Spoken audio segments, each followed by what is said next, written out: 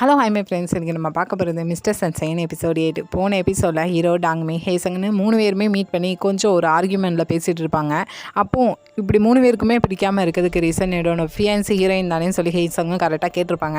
அதோடு அந்த எபிசோடையும் முடிச்சிருப்பாங்க. ஆனால் இந்த எபிசோட் ஸ்டார்டிங்கில் ஹீரோ என்னன்னா, இதே மாதிரி இன்னொரு தடவை ஹீரோயின் பேரை சொல்லிக்கிட்டு என்கிட்ட இப்படிலாம் பேசுகிறத வேலை வச்சுக்கிடாது, எனக்கு இது பிடிக்காது அப்படின்னு சொல்லி கோவமாக பேசையும், இன்னொரு பக்கம் டாங்மி என்னென்னா, எனக்கு மட்டும்தான் உங்களை பிடிக்காதுன்னு நினச்சேன், ஆனால் உங்கள் 2 பேருக்குள்ளேயும் உங்களுக்கு பிடிக்காது போலையே, இதை பார்க்குறதுக்கும் நல்லா தான் இருக்குது, இப்படியே இருங்கன்னு சொல்லிட்டு அவனும் அந்த இடத்துலேருந்து பேர் தான். ஹீரோவும் கிளம்பி போகிறப்போ ஹேசங் என்னென்னா, நான் கேட்ட கேள்விக்கு நீங்கள் இன்னுமே பதில் சொல்லலை அப்படின்னு சொல்லிட்டு, 30 வருஷத்துக்கு முன்னாடி எங்கள் தாத்தா கூட வேலை செஞ்ச சர்வெண்ட்டை நீங்கள் தேடிட்டு இருக்கீங்கன்னு கேள்விப்பட்டேன் அப்படின்னு சொல்லி கேட்பான். ஸோ ஹீரோக்கும் புரியுது இவன் பழச கிளறு தானே. ஆனால் ஹீரோ இந்த இடத்துல என்னென்னா, அப்போ எனக்கு 9 வயசு, நீயும் அங்கே தான் இருந்த, உங்கள் அம்மாவோட வயிற்றில் இருந்த, அப்போ நடந்த சம்பவம் அப்படி. ஆனால் உங்கள் தாத்தா சொன்னார், பெற்றவங்க செஞ்சது பிள்ளைக்கு தான் போய் சேருன்னு. ஸோ உனக்கும் அப்படி தான், ஸோ எனக்கும் உங்கள் அம்மா அப்பாவுக்கும் நடுவில் வரணும்னு ட்ரை பண்ணாத அப்படின்னு சொல்லி கோவத்தில் பேசி விட்டுட்டு போயிருந்தாங்க. ஸோ இதிலேருந்து அடுத்ததாக இங்கே டாங்மே தான் காட்டுறாங்க. கரெக்டாக அந்த கேஸோட ஓனர் மீட் பண்ண வந்திருக்காங்க. ரீசன் என்னென்னு பார்த்தோன்னா, அந்த ரைட்டர்ஸ் ஆர்மியில் பொண்ணு வந்து ஜாப்பனீஸ் மாதிரி ஒரு ஐடென்டிஃபைல தான் அங்கே ஒர்க் பண்ணிட்டு இருந்திருப்பான். அது யாருக்குமே தெரியாது. ஸோ இப்போ தான் தெரிய வந்திருக்கும் அவர் ரைட்டர்ஸ் ஆர்மியை சேர்ந்த ஒரு பொண்ணுன்னு சொல்லிட்டு. அதனால் இந்த ஜாப்பனீஸ் சோல்ஜர்ஸ் எல்லாருமே இவரை தேடிட்டு இருக்காங்க, ஏன் அந்த இடத்துல வேலைக்கு வச்சேன்னு சொல்லிட்டு. இவர் பயந்து போய் இப்போ வந்து டாங்மேட்டை தான் ஹெல்ப் கேட்காரு. அந்த கேஸாக வேணால் நீ வச்சுக்கோ, என்னை மட்டும் எப்படியாவது காப்பாற்றுன்னு சொல்லி கேட்காங்க. ஸோ இப்போ அந்த கேஸாக ஃபுல்லாக வந்து டாங்மேயோட கண்ட்ரோலுக்கு வந்துட்டு, அதாவது முஸ்லீம் சொசைட்டிக்கு வந்துட்டு இந்த ஷார்ட்டாக கட் பண்ணி அப்படிங்க ஹீரோயினை தான் காட்டுறாங்க. ஸோ ஹீரோயின் தனியாக ப்ராக்டிஸ் பண்ணிட்டு இருக்கப்போ அவங்களால சரியாக ஃபோக்கஸ் பண்ண முடியல. இது மாஸ்டரும் கவனிச்சிட்டாங்க. ஸோ இப்போ மாஸ்டர் மீட் பண்ணி பேசுகிறப்போ மாஸ்டர் கேட்காங்க, நீ உன்னால் ஃபோக்கஸே பண்ண முடியல என்னன்னு கேட்குறப்போ ஹீரோயின் என்னென்னா, அந்த ரைட்டர்ஸ் ஆர்மியோட பொண்ணு அடிப்பட்ட காயத்தோட தப்பிச்சாலும் நான் தான் அவளை காப்பாற்றினேன், அவள் எங்கே அன்றைக்கி டெய்லரை போன இடத்துல அவள் தான் விண்டோவும் ஓப்பன் பண்ணிட்டா, ஸோ அதனால தான் எனக்கு தெரியும் அவள் ரைட்டர்ஸ் ஆர்மி பொண்ணு அப்படின்னு சொல்லி கேட்குறப்போ அவள் நல்லா தான் இருக்கா, உனக்கு தேங்க்ஸ் சொன்னால் இனி இதே மாதிரி ஆபத்தான விஷயத்துலலாம் நீ ஈடுபட வேண்டாம் அப்படின்னு சொல்லி இங்கே அட்வைஸ் பண்ணிட்டு இருக்காங்க ஹீரோயினுக்கு. இந்த சீனை கட் பண்ணி அப்படியே இங்கே அரசரை தான் காட்டுறாங்க. ஜோசன் அரசர் இப்போ என்ன பண்ண, அந்த டாக்குமெண்ட் யார்கிட்ட இருக்குன்னு தெரியலன்னு குழம்பி போய் நிற்கிறப்போ இந்த இடத்துல மினிஸ்டர் என்ன, நம்ம ஏன் அந்த அமெரிக்கன் சோல்ஜர்ஸ் ஹீரோட்ட ஹெல்ப் கேட்கக்கூடாதுன்னு கேட்காங்க. ஸோ இப்போ வந்து ராஜாக்கு தெரியாது, ஹீரோவை பார்த்துருக்கவும் மாட்டாங்க. அந்த முட்டை மேட்டரில் ஹீரோ சிறையில் வச்சு வெளியே விட்டது ஒரு அமெரிக்கன் சோல்ஜர்ஸ் மட்டும்தான் தெரியும். ஆனால் ஹீரோ வந்து ஜோசனில் இருந்து அதுக்கப்புறம் தான் அமெரிக்கா போய் ஒரு சிட்டிசனாக மாறியிருக்கான்னு தெரியாது. அதனால் இப்போ வந்து அவனை பார்த்து என்ன பிரோஜனம்னு கேட்கச்சல இப்போ மேட்டரை எடுத்து சொல்கிறார் மினிஸ்டர். அவனோட தாய்மன் ஜோசன் தான். அதுக்கப்புறம் சின்ன வயசில் அவன் அமெரிக்காவுக்கு போயிட்டு அமெரிக்கன் சிட்டிசனாக மாறியிருக்கான். ஸோ அவன்கிட்ட ஹெல்ப் கேட்டால் கொஞ்சம் வாய்ப்பாக இருக்கும். இதே டைமில் தான் அந்த அமெரிக்கன் மினிஸ்டர் ஆலோனும் இங்கே வெளியூருக்கு போயிருக்காரு. அவர் வரதுக்குள்ளே கேட்கலான்னொன்னே இங்கே அரசருக்கு கொஞ்சம் ஹாப்பி ஆகுது. ஏன்னா வந்து நம்மளுக்கு ஹெல்ப் பண்ணதுக்கு வாய்ப்பு இருக்குது, ஹீரோ அவனை கூப்பிடுங்க, நம்ம அவன்கிட்ட பேசணும் அப்படின்னு சொல்லி ஆர்டரும் போடுதாங்க. இதுலேருந்து இன்னொரு பக்கம் மிஸ் ஹைனாவை பார்த்தோன்னா, அவங்களுக்கு யாரோ ஒரு லெட்ரு அனுப்புகிறாங்க. அந்த லெட்டரில் என்ன இருக்குன்னு சரியாக காட்டலை, யார் அனுப்புனாலும் நம்மளுக்கு காட்டலை. இப்போ என்னென்னா மறுநாள் போய் ஹீரோவை தான் அந்த அமெரிக்கன் தூதரகத்தில் போய் மீட் பண்ணுறாங்க. ஹீரோ வந்ததுமே இங்கே எதுக்கு வந்தீங்கன்னு கேட்டதுமே ஒரு முக்கியமான வேலை இருக்குது, ஸோ உங்கள் ட்ரெஸ் எல்லாம் சேஞ்ச் பண்ணிவிட்டு ஸ்ட்ரெயிட்டாக இங்கே கொரியாவோட அரண்மனைக்கு போங்க அப்படின்னு சொல்லுவாங்க. அங்கே யார் என்னை மீட் பண்ணணும் அப்படின்னு கேட்டதுக்கு, அரசர் உங்களை பார்க்கணுமா, அங்கே போங்கன்னு சொன்னாங்க. ஸோ மிஸ் ஹைனாக்கு வந்து ரகசியமாக வந்த அந்த லெட்ரு வந்து அரண்மனையிலேருந்து தான் வந்திருக்கு, அரசர்கிட்டருந்து தான் வந்திருக்கு. ஸோ இவங்க வந்து ஒரு ஜாப்பனீஸாக ஒரு ஹோட்டல் வச்சு நடத்தினாலுமே இங்கே கொரியாவுக்கு தான் வேலை பார்த்துட்டு இருக்கிற மாதிரி இருக்குது, கிட்டத்தட்ட ஒரு ஸ்பை மாதிரி. ஸோ ஹீரோ நான் எப்படி எத்தனை மணிக்கு போகணுன்னு கேட்டதுக்கு, நைட் 8 மணிக்கு போங்க அப்படின்னு சொல்லி இங்கே வழியும் காட்டி விடுதாங்க. ஸோ இந்த சீனை கட் பண்ணி அப்படியே எங்கள் மாஸ்டர் தான் காட்டுறாங்க. மாஸ்டர் இப்போ வந்து ஹீரோயினோட தாத்தாவை தான் மீட் பண்ண வந்திருக்காங்க. ரீசன் என்னென்னா, இப்போ இந்த ரைட்டர்ஸ் ஆர்மியை பொண்ணை வந்து ஜாப்பனீஸ் சோல்ஜர்ஸ்லேருந்து எல்லாருமே தேடிட்டு இருக்காங்க. அதனால இப்போ அவள் மறைமுகமாக இருக்கா. அவளை வந்து ஷாங்காய்னு சொல்லி வேறு ஒரு இடத்துக்கு ஊருக்கு அனுப்பணும், ஆனால் மாற்று வழியில் தான் அனுப்பி ஆகணும், அதுக்கு கொஞ்சம் காசு தேவைப்படுது அப்படின்னு சொல்லி எங்கள் தாத்தாட்ட கேட்க வந்திருக்காங்க. ஆனால் தாத்தா என்னென்னா, ஹீரோயினுக்கு இதெல்லாம் நீங்கள் சொல்லி கொடுத்து இதில் இன்வால்வ் ஆகி 10 வருஷம் ஆகுது, அவளே பாதுகாக்க முடியாத அளவுக்கு அவள் எல்லாமே கற்றுக்கிட்டாளா அப்படின்னு சொல்லி கேட்கறதுக்கும் மாஸ்டரும் ஆமாம் அவள் எல்லாத்துலேயும் பெஸ்ட்டாக தான் இருக்கா, அவளால் பண்ண முடியும் அப்படின்னு சொல்லுவாங்க. இப்போ தாத்தா என்னென்னா, இதே மாதிரி தான் என் பையனும் உங்கள் கூட இருந்தான், அதுக்கு நானும் காசு தந்தேன், லாஸ்ட்டில் அவன் உயிரோடு இல்லை, இறந்து போயிட்டான், ஆனால் ஏசின் இப்போ எல்லாமே கற்றுக்கிட்டு அவளால் எல்லாமே பண்ண முடியும், அந்த இடத்துல இருந்தாலுமே அவளை அதில் செய்ய வைக்க வேண்டாம் அப்படின்னு சொல்லி ஒரு ரெக்வெஸ்டோட ஒரு கவலையோடு பேசிட்டு அந்த பைசாவும் கொடுக்காங்க மாஸ்டர் கையில். ஆனால் மாஸ்டர் வெளியே வரப்போ கரெக்டாக ஹீரோயின் பார்த்துருந்தாங்க.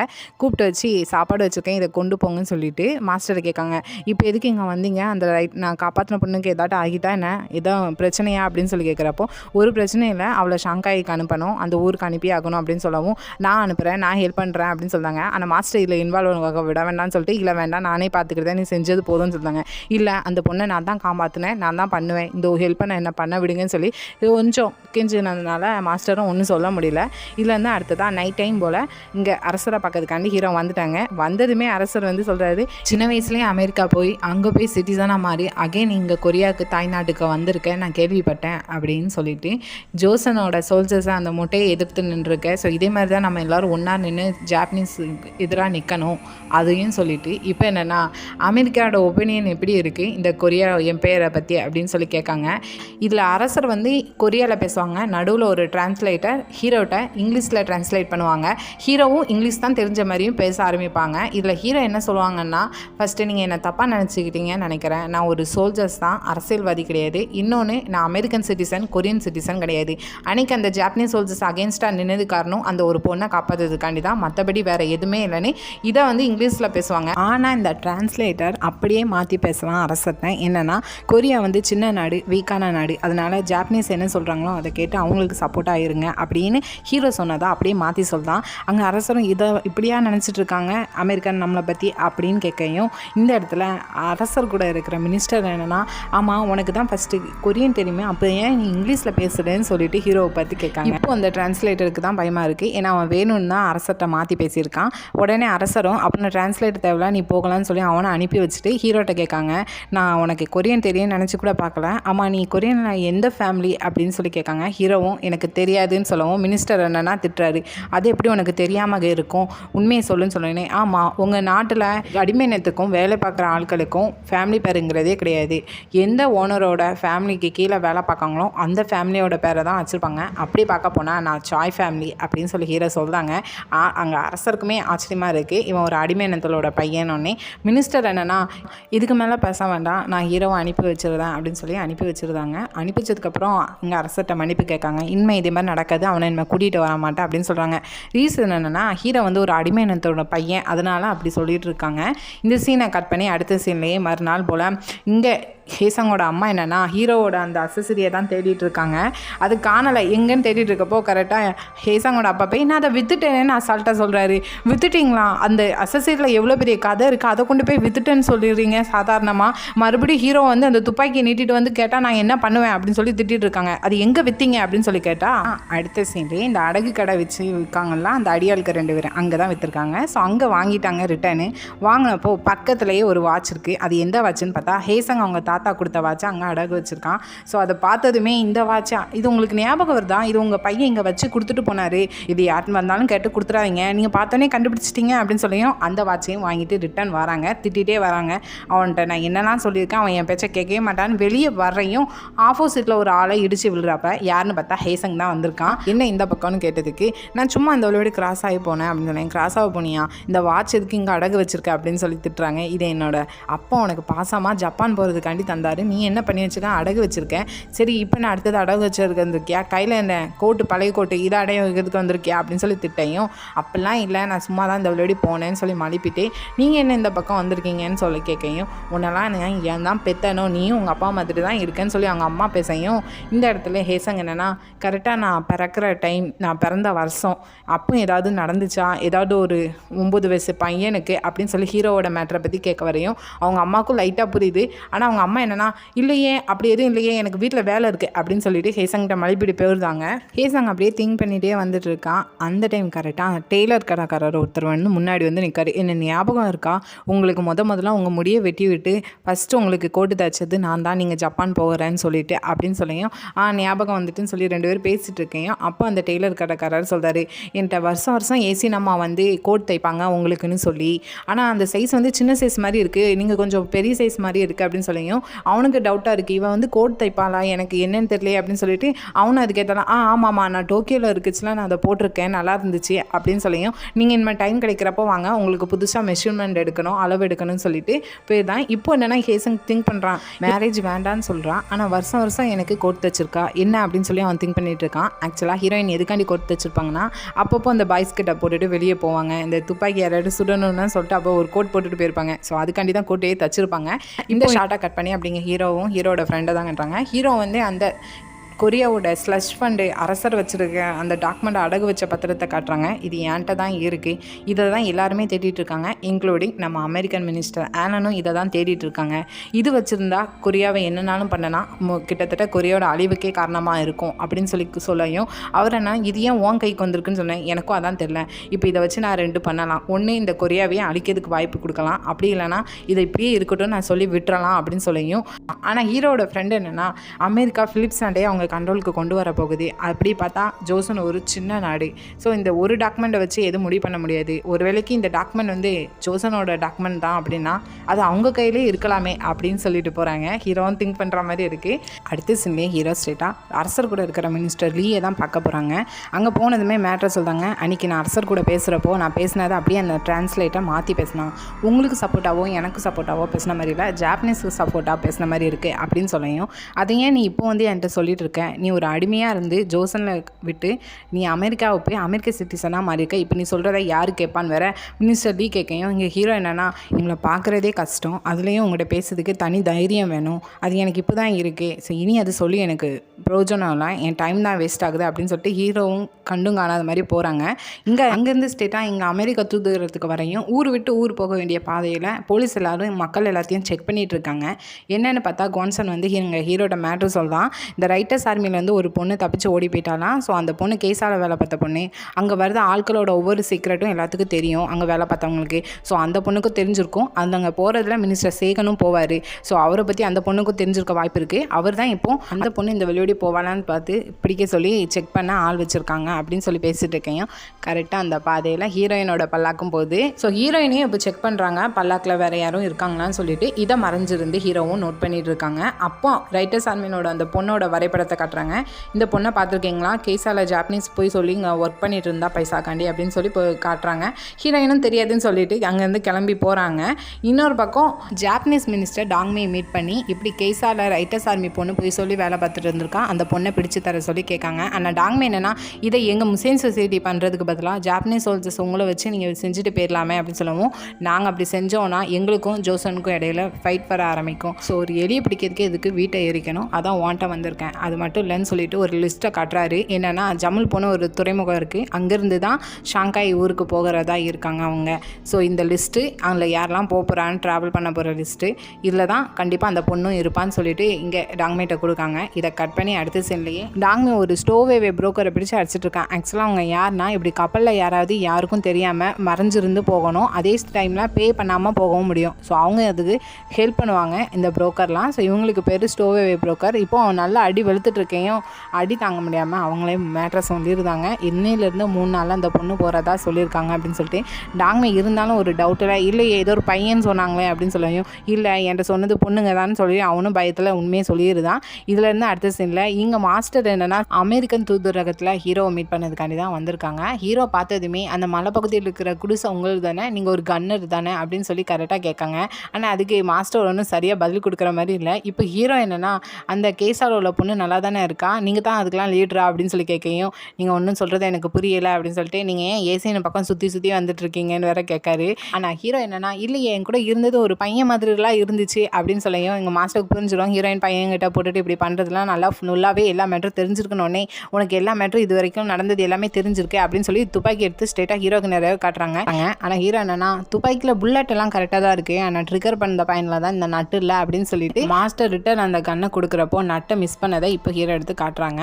ஸோ இதுக்கு மேலே அந்த துப்பாக்கி வச்சு மிரட்டி பிரோஜனம்னு வச்சுட்டு, எதுக்கு எங்களை பற்றி எல்லா உண்மையும் உனக்கு தெரிஞ்சிருக்கு, அப்போ எதுக்கு எங்களுக்கு ஹெல்ப் பண்ணிட்டு இருக்க அப்படின்னு சொல்லி எங்கள் மாஸ்டர் கேட்கையும், என்னால் முடியுது நான் ஹெல்ப் பண்ணிட்டு இருக்கேன், அது மட்டும் இல்லாமல் என் இடத்துக்கு வந்துட்டு என்னையே விசாரிச்சுட்டு இருக்கேன், உனக்கு என்ன இப்போ பைசா வேணும் அதானே, நான் தாரேன் இங்கேருந்து கிளம்பு அப்படின்னு சொல்லுவாங்க. ஆனால் எங்கள் மாஸ்டர் என்ன, ஆமாம் எனக்கு பைசா தேவை, ஆனால் எனக்கு கொஞ்சம் அதிகமாக தேவைன்னு சொல்லி கேட்காங்க. ஆனால் எவ்வளோ கேட்டாங்க என்னென்னு நம்மளுக்கு இன்னும் காட்டலை. இந்த சீனை கட் பண்ணி அப்படியே இங்கே இப்போது டாங்மே தான் காட்டுறாங்க. டாங்மே இப்போ துறைமுகத்துக்கு போக வேண்டிய அந்த ட்ரெயினில் தான் வந்துட்டுருக்காங்க. ஸோ அதில் உள்ள ஏன் அந்த பொண்ணு இருக்காளான்னு சொல்லி செக் பண்ணிகிட்டே வந்துட்டுருக்காங்க. இங்கே துறைமுகத்துலேயும் வந்து தேடிட்டு இருக்காங்க. ஸோ அந்த கப்பல் பக்கத்தில் இருக்கிற அந்த பொண்ணு இருக்காளான்னு சொல்லிட்டு முஸ்லீம் சிட்டியில் எல்லாருமே தேடிட்டு இருக்காங்க. அப்படியே கொஞ்சம் நேரத்தில் ஒரு ஆள் அனௌன்ஸ் பண்ணாங்க, இப்போ கப்பல் கிளம்ப போகுது, யாரெல்லாம் ஏறணுமோ ஏறுங்க அப்படின்னு சொல்லிட்டு. இப்போ தான் எங்கள் டாங்மேக்கே டவுட் வருது, இவ்வளோ நேரம் ஆகிட்டு யாருமே ஏறலை அப்படின்னு சொல்லி திங்க் பண்ணிட்டு இருக்கேன். கரெக்டாக இப்போ ட்ரெயினில் வரவங்க 2 பேர் இங்கே டாங்மே ஒரு தினசாக பார்த்துருப்பாங்க. ஸோ அந்த 2 2 வியாபாரிங்க இந்த இடத்துல இல்லை அப்படின்னு திங்க் பண்ணுறப்போ தான் அவனுக்கு ஞாபகம் வருது. ஸோ அவன் வந்து கடல்வழி பயணத்தில் போகவில்லை, லேண்ட் ரூட்டில் தான் போகிறா. அதுவும் 1 மணி ட்ரெயினுக்கு போகிறா. இப்போ அந்த ட்ரெயினை மிஸ் பண்ணிட்டோன்னா அவளை விட்ட மாதிரி ஆயிடும். அந்த ஜாப்பனீஸ் மினிஸ்டராக ஏமாத்திருக்காங்க அப்படின்னு சொல்லிட்டு இவன் கரெக்டாக அவனோட மிஷன் சொசைட்டியில் உள்ள ஆட்களெல்லாம் கூட்டிகிட்டு போகிறான் ட்ரெயினை பிடிக்கணும்னு சொல்லிட்டு. அந்த டைம் கரெக்டாக ஒரு கன்ஷாட் சவுண்டு கேட்குது. என்னென்னா ரைட்டர்ஸ் ஆர்மியும் அங்கே தான் நிற்காங்க. இவங்களை டைவர்ட் பண்ணது, அதாவது அந்த ட்ரெயினுக்கு போக விடாமல் இங்கே நிப்பாட்டி வைக்கணும், அந்த பொண்ணை அனுப்பணும்னு சொல்லிட்டு இங்கே 2-3 பேர் இருக்காங்க. அவங்க இப்போ கன்ஷாட் பண்ண உடனே மற்ற முஸ்லிம் சொசைட்டியில் உள்ள ஆட்கள்லாம் அவங்கள பிடிக்கிறதுக்காண்டி ஓடுதாங்க. இங்கே டாங்மே கத்துறான், அவங்க நம்மளை டைவர்ட் பண்ணதுக்காண்டி தான், நம்மளை இங்கே இருக்க வைக்கிறதுக்காண்டி தான் அவங்க இப்படி பண்ணுறாங்க, நம்ம இங்கேருந்து கிளம்பணும்னு சொல்கிறாங்க. ஆனால் அவனோட அடியாளுக்கு யாருமே கேட்குறப்ப இல்லை, அந்த ரைட்டர்ஸ் ஆர்மி பிடிக்கணும்னு தான் ஓடுறாங்க. ஸோ இவன் போகணுன்னு நினச்சாலும் கன் ஷூட் பண்ணுறாங்க. ஸோ இந்த இடத்துல கவனிக்க வேண்டிய ஒன்று என்னென்னா, ஹீரோயின் இந்த இடத்துல தான் ரைட்டர்ஸ் ஆர்மி கூட சேர்ந்துக்கிட்டு மாஸ்க் போட்டுட்டு இருக்காங்க. ஸோ இவன் போக முடியலனாலும் பரவாயில்ல, கால் பண்ணி சொல்லுவான் அப்படின்னு சொல்லிட்டு ஃபோனை பார்த்துட்டு ஓடுவான். இதை ஹீரோயினும் கவனிச்சிருவாங்க. இவன் எங்கே போகிறான்னு பார்த்தா ஃபோன் பேச தான் போகிறான் அப்படின்னு சொல்லிட்டு ஒரு பில்டிங்லேருந்து கரெக்டாக அவன் போகிறதுக்குள்ளேயே அந்த ஃபோனையும் சுட்டு தள்ளிடுதாங்க. இதை இவனும் கவனிச்சதான் யாரோ பில்டிங் மேலே இருந்து சுடுதாங்கன்னு சொல்லிட்டு இவன் இப்போ ஹீரோயினை ஃபாலோ பண்ணதுக்காண்டி போகிறான். இதுலேருந்து அடுத்ததான் மாஸ்டர் பேலன்ஸ் என்ன ஹீரோட பேசினாங்கன்னு தான் காட்டுறாங்க. ஆக்சுவலாக அந்த ரைட்டர்ஸ் ஆர்மியில் பொண்ணை ஷாங்காய்க்கு அனுப்புறதுக்கு ஹெல்ப் கேட்டிருப்பாங்க. அதுவும் எப்படின்னா, கண்டிப்பாக நாங்கள் துறைமுகத்துக்கு போகிறோன்னு அவங்களுக்கு தெரிஞ்சு அவங்களோட ஆட்கள்லாம் கண்டிப்பாக துறைமுகத்தில் வெயிட் பண்ணிகிட்டு இருப்பாங்க. அது மட்டும் இல்லை, அந்த விளையாடி வரலன்னா கூடி சீக்கிரத்தில் நாங்கள் ட்ரெயினில் தான் போகிறோன்னு கண்டுபிடிச்சிருப்பாங்க. அன்றைக்கி 2 ட்ரெயின் வேறு இருக்குது. ஸோ அவங்க கரெக்டாக ட்ரெயின் போகிற தட்டிக்கும் அவங்கள அங்கேயே தடுத்து நிப்பாட்டிட்டோன்னா கண்டிப்பாக அவங்க அந்த ஜமல்பூர் துறைமுகத்திலே தான் இருப்பாங்க. அதுக்கப்புறம் அங்கேருந்து வர்றதுக்கு இங்கே டைம் ஆகும். ஸோ அந்த டைம் கரெக்டாக இங்கேருந்து அந்த பொண்ணை சேஃபாக நடப்பாத வழியாக அனுப்பணும். ஸோ அதுக்கு எனக்கு ஹெல்ப் பண்ணுங்கன்னு சொல்லி கேட்டிருப்பாங்க. ஆனால் ஹீரோ என்னென்னா, நான் எதுக்கு உங்களுக்கு ஹெல்ப் பண்ணணும்னு கேட்டதுக்கு, ஆமாம் அன்றைக்கி அந்த பொண்ணை நீங்கள் தானே காப்பாற்றுறீங்க அப்படின்னு சொல்லியும், நான் அந்த பொண்ணுக்காண்டி அதெல்லாம் பண்ணலை, ஹீரோயின்காண்டி தான் பண்ணேன்னு வேறு ஹீரோ தைரியமாக சொல்லுவாங்க. இப்போ ஹீரோ ஹெல்ப் பண்ணுறேன்னு வேறு சொல்லிட்டாங்க போல். இப்போ ஹீரோட பிளான் என்னென்னா, ஹீரோட ஃப்ரெண்டு ஒரு அமெரிக்கர் வெளியூரில் ட்ராவல் பண்ணுறாங்க. ஸோ அதை கொரியனில் ட்ரான்ஸ்லேட் பண்ணதுக்கு கான்சனும் கூட வேலை பார்க்கறதுக்கு அந்த பொண்ணையும், அதாவது ஒரு பாய் கிட்ட போட்டு அனுப்புகிறாங்க. ஸோ இதான் ஹீரோட பிளானு. அனுப்புறதுக்கு முன்னாடி அந்த பொண்ணை மீட் பண்ணுறாங்க. அந்த பொண்ணு என்னை காப்பாற்றினதுக்கு தேங்க்ஸ்ன்னு சொல்கிறா. அது மட்டும் இல்லை, உங்கள் ரூமை கொஞ்சம் நாளைக்கு முன்னாடி தேடினதும் நான் தான், என்னை மன்னிச்சுக்கோங்கன்னு வேற கேட்கான். ஸோ ஹீரோக்கு இப்போ தான் தெரியுது நம்ம ரூமை தேடினது இவ தான் சொல்லிட்டு, எதுக்கு என்னை காப்பாற்றினீங்க வேற அந்த பொண்ணு கேட்கறதுக்கு ஹீரோவும் கொஞ்சம் நாளைக்கு ஜோசன் அழிவை தள்ளி வைக்கலான்னு ட்ரை பண்ணுறேன் அப்படின்னு சொல்கிறேன். அந்த 3 பேரையும் அனுப்பி வைக்காங்க. ஸோ இதை கட் பண்ணி அப்படியே இங்கே டாங்மே ஹீரோயினை ஃபாலோ பண்ணிட்டு போனானே என்னாச்சுன்னு பார்த்துருவோமா. கரெக்டாக இங்கே டாங்மே ஹீரோயினை ஃபாலோ பண்ணிகிட்டே வரான். ஆனால் இன்னும் டாங்மேக்கு தெரியாது அது ஹீரோயின் தானே. ஏன்னா ஹீரோயின் ஃபுல்லாக கவர் பண்ணிட்டு தான் இருக்கான். சும்மா வெறித்தனமான சேசிங்காக தான் இருக்கும். 2 பேரும் மாற்றி மாற்றி இங்கே தாவி ஓடுறது. ஒரு கட்டத்து மேலே கரெக்டாக ஹீரோயின் பில்டிங் மேலே பில்டிங் தவறுனால இவனுமே ஒரு பில்டிங்கில் இருந்து கரெக்டாக துப்பாக்கியை வச்சு ஹீரோயினுக்கு நேராக காட்டி நிற்பான். ஆனால் இவனுக்கு வந்து ஹீரோயினோட கண்ணு மட்டும் தான் தெரியும். இவனும் ஒரு செகண்ட் அசந்து போய் தான் பார்ப்பான். யாருன்னு தெரிஞ்சுட்டா என்னன்னு தெரில. ஆனால் துப்பாக்கி கரெக்டாக சுடுற டைம் மேலே பார்த்து சுடாமல் கரெக்டாக காலை பார்த்து சுட்டுருவான். சுட்டோடனே ஹீரோயின் அந்த சைடு விழுந்துருவாங்க. ஸோ இவன் அது யாருன்னு சொல்லி பார்க்கறதுக்காண்டி அந்த சைட்லேருந்து இங்கே ஓடி வருவான். அதுக்குள்ளே ஹீரோயின் அந்த இடத்துலேருந்து தப்பிச்சு போயிடுவாங்க. உடனே அவனோட ஆட்கள்லாம் வந்ததுக்கப்புறம் கண்டிப்பாக அவங்க ட்ரெயின்லேயும் போகல, நடப்பாதை வழியோடு தான் போக ட்ரைம் இருக்குது. ஸோ நீங்கள் வடக்கு பக்கமாக போங்க, எனக்கு முக்கியமான வேலை இங்கே இருக்குது அப்படின்னு சொல்லியும், என்ன வேலை நாங்கள் வேணால் இங்கேயே இருக்கட்டுமான்னு சொல்லலாம். இல்லை வேண்டாம், நான் முக்கியமானதை ஒன்று செக் பண்ண வேண்டியது இருக்குன்னு அவங்கள மட்டும் தனியாக அனுப்பி வைக்கான். இதை கட் பண்ணி அப்படியே இங்கே ஹீரோயினை தான் கட்டுறாங்க. ஹீரோயின் காலில் அந்த குண்டு பட்டது ரொம்ப ஆழமாக போட்டுருக்கு போல். ஸோ கண்டிப்பாக தையல் போட்டாகணும், நம்மளுக்கு மருத்துவர் தேவை அப்படின்னு சொல்லி அந்த அம்மா சொல்லவும், பக்கத்துலேயே ஹீரோயினோட சர்வெண்ட், இப்போ மருத்துவருக்கெல்லாம் போக முடியாது, நான் 30 வருஷமாக துணி தைச்சிருக்கேன், ஸோ அதே மாதிரி தானே இதையும் தையல் போடணும் அப்படின்னு சொல்லிட்டு ஊசியும் நூலையும் கேட்காங்க. ஸோ ஹீரோயின் காலில் தையல் இவங்க தான் போடுறாங்க. அப்படியே மறுநாள் காலையில் இங்கே டாங்மே என்னென்னா ரயில் பாதையில் உட்காந்துட்டு இருக்கான். உட்காந்தது மட்டும் இல்லாமல் இங்கே வராதன்னு அவனுக்குள்ளேயே சொல்லிட்டு இருக்கான். ஸோ டாங்மே சொல்கிறதுலே தெரியுது அன்றைக்கி அங்கே ஹீரோயின் காலில் சுட்டுறது ஹீரோயின் தெரிஞ்சு தான் இவன் சுட்டுருக்கான். ஸோ இருந்தாலும் அது ஹீரோயின் கன்ஃபார்ம் பண்ணாலும் கொஞ்சமாக ஒரு ஓரத்தில் அது ஹீரோயினாக இருக்கக்கூடாதுன்னு திங்க் பண்ணுறான் போல். ஆனால் ஹீரோயின் கரெக்டாக அந்த இடத்துக்கு வராங்க.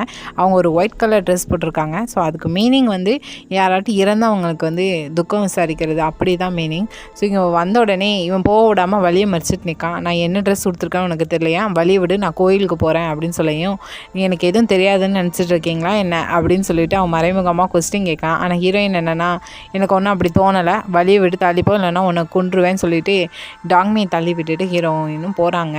அப்படி இதை கட் பண்ணி இங்கே ஹீரோவை தான் கட்டுறாங்க. ஹீரோவோட மியூசிக் பாக்ஸ் ரிப்பேர் ஆயிடுச்சுன்னு சொல்லி ஒருத்தட்ட கொடுத்துருப்பாங்க சரி பார்க்க சொல்லி. ஸோ அவங்க ஃபிக்ஸ் பண்ணிட்டாங்க போல். ஹீரோ வாங்கிறதுக்காண்டி வந்திருக்காங்க.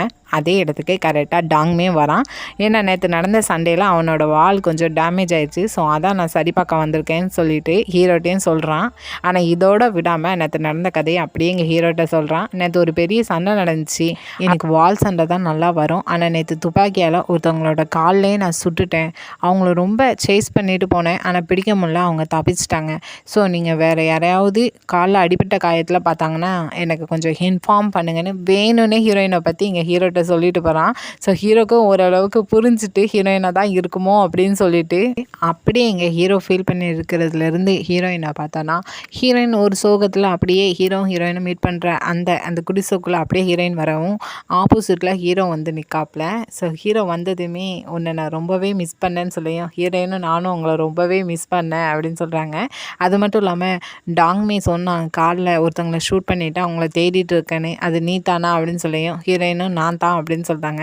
அதோட மட்டும் நிற்காம லவ் ஸ்டார்டிங் எவ்வளவோ ஈஸின்னு நினச்சேன், அது ரொம்பவே கஷ்டமாக இருக்குது அப்படின்னு சொல்லியும் இங்கே ஹீரோ என்னென்னா அப்படி ரொம்ப கஷ்டமாக இருந்துச்சுன்னா நம்ம ஸ்டாப் பண்ணிக்கிடலாம் அப்படின்னு சொல்லியும் இங்கே ஹீரோயின் என்னென்னா ஸ்டாப் பண்ணலாம், எப்போனாலும் பண்ணலாம், ஆனால் இன்றைக்கி வேண்டாம், இன்றைக்கி ஒரு ஸ்டெப் ஃபார்வர்ட் பண்ணலாம். ஃபஸ்ட்டு இன்ட்ரோ பண்ணணும், ரெண்டாவது ஹேண்ட் ஷேக் பண்ணணும், அடுத்தது என்ன பண்ணணும் அப்படின்னு சொல்லி கேட்கையும் ஹீரோ என்னென்னா அது உன்னால் செய்ய முடியாது, அதுக்கு பேர் ஹக்குன்னு சொல்லி இங்கிலீஷில் சொல்லையும் ஹீரோயின் அப்படியே ஓடி போய் ஹீரோவை ஹக் பண்ணியிருந்தாப்புல. இப்போ சொல்கிறாங்க ஹீரோட்ட ஹெச் ஃபார் ஹக்னு நான் ஆல்ரெடி படிச்சுட்டேன்னு வேறு சொல்கிறாங்க. ஸோ இப்படி ஒரு ஸ்மூத்தான லவ் கான்வர்சேஷனோட இந்த எபிசோட முடிக்காங்க. ஸோ இன்னும் இருக்குது, அடுத்த எபிசோடில் பெரிய சம்பவம்லாம் இருக்குது. ஸோ பொறுத்திருந்து பார்ப்போம். எபிசோட் பிடிச்சிருந்தா லைக் பண்ணுங்கள், ரொம்ப பிடிச்சிருந்தா சப்ஸ்கிரைப் பண்ணுங்கள். Thank you, bye bye friends.